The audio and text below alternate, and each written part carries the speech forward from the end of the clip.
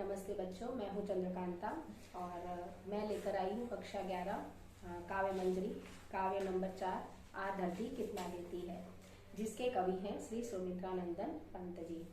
सुमित्रानंदन पंत जी ने इस कविता के माध्यम से हमें बहुत बड़ी सीख देने की कोशिश की है।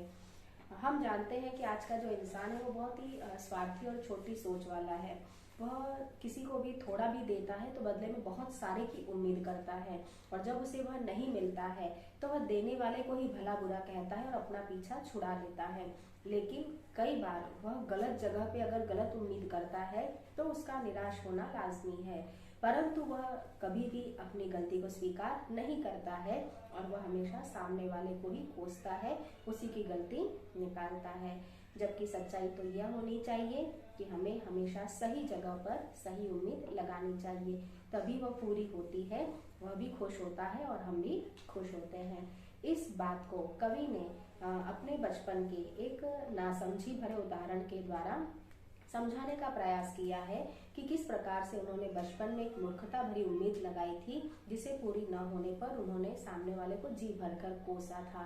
परंतु आधी उम्र बीत जाने के बाद, ढेर सारा अनुभव प्राप्त करने के बाद, जब उन्हें उस बात की सच्चाई पता चलती है, तब उन्हें पता चलता है कि उन्होंने अपने जीवन में क्या गलती की थी। तो आइए देखते हैं यह पोयम।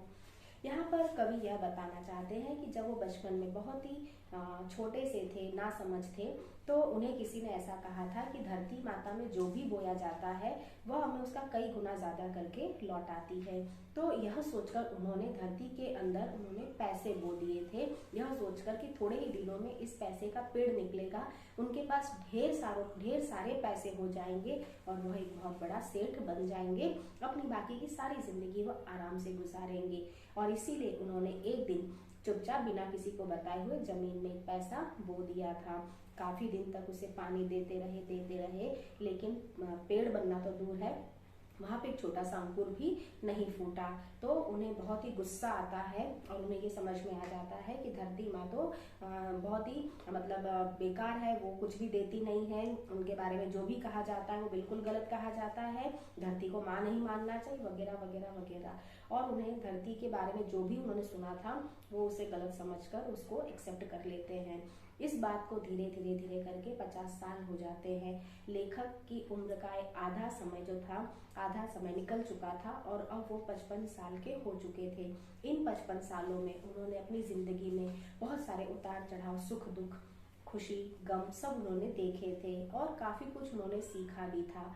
एक दिन ऐसे ही बारिश का मौसम था और वो अपने घर के आंगन में यूं ही टहल रहे थे और उनके हाथ में कुछ सेम के बीज थे। तो बारिश का सीजन था, बारिश हो चुकी थी, मिट्टी जो थी वो थोड़ी सी गीली थी, तो उनके हाथ में जो सेम के बीज थे उन्होंने ऐसे ही अपने हाथ से 2-3 सेम के बीज जो थे वो उन्होंने मिट्टी में दबा दिए थे। बात आई गई हो गई और वो भूल गए थे, कोई इतनी खास बात भी नहीं थी जिसे याद रखा जाए। लेकिन कुछ दिनों बाद, बीज बोने के कुछ दिनों बाद, वो फिर अपने उसी आंगन में टहल रहे थे, तभी उनकी नजर अपने आंगन की मिट्टी में जाती है। वो वहां पर देखते हैं कि उनके आंगन में छोटे छोटे पौधे निकल रहे थे, अंकुरित हो रहे थे।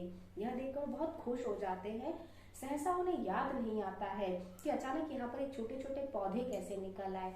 जब वे अपने दिमाग पर जोर देते हैं तब उन्हें याद आता है कि अच्छा, ये तो वही सेम के बीज हैं जो मैंने उस दिन धरती पर यूं ही बो दिए थे।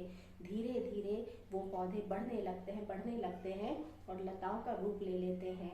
लताओं को सजाने के लिए, संभालने के लिए वो उस पर डोरी बांधकर उसे अपनी दीवार का सहारा दे देते हैं। कुछ ही दिनों में तो वो लताएं जो थी वो पूरी की पूरी दीवार पर फैल जाती है और उसमें ढेर सारी सेम की फलियां लगने लगती, इतनी सेम की फलियां कि कवि का मन तृप्त हो जाता है। और तब सहसा उन्हें अपने बचपन की वो ये बात याद आती है कि जब उन्होंने जमीन में पैसे बोए थे और धरती ने वहां से एक पैसा भी नहीं उगला था। तब उन्हें समझ में आता है कि उस समय उन्होंने गलत बीज बोया था, गलत उम्मीद लगाई थी, इसीलिए धरती माँ उनकी इच्छा पूरी नहीं कर पाई थी। लेकिन जब उन्होंने सही उम्मीद सही जगह पर बांधी, अर्थात उन्होंने जब धरती माता को सेम का बीज उन्होंने दिया था, तो धरती माँ ने कई गुना ज्यादा करके उन्हें वो चीज लौटा दिया था। तो कवि यही कहना चाहते हैं कि जीवन में इंसान जो है वो बहुत ही स्वार्थी, मतलबी, लालची होता चला जा रहा है। वह केवल दूसरों से उम्मीदें करता चला जाता है, चाहे उसकी उम्मीद गलत हो, चाहे न पूरी होने वाली हो, उसके बारे में सोच विचार नहीं करता है। और जब हम गलत जगह पर गलत उम्मीद लगाते हैं तो सीधी सी बात वो कभी भी पूरी नहीं होती है। और जब पूरी नहीं होती है तो भला बुरा कहते हैं। जैसे कि लेखक ने बचपन में धरती माँ को जी भरकर कोसा था, लेकिन सेम के बीजों की इतनी सारी फलियां जब धरती माता द्वारा लौटाई जाती हैं तब उन्हें समझ में आता है कि मेरा बीज ही गलत था, इसीलिए मुझे धरती माँ ने कुछ भी लौटाया नहीं था। धरती माँ के पास तो हमें लौटाने के लिए, हमें देने के लिए बहुत सारी चीजें हैं। बस बात क्या है कि हमें वहाँ पर सही बीज का रोपण करना चाहिए। तो ये कविता यहाँ पर समाप्त होती है। उम्मीद करती हूँ कि आप लोगों को यह कविता समझ में आई होगी।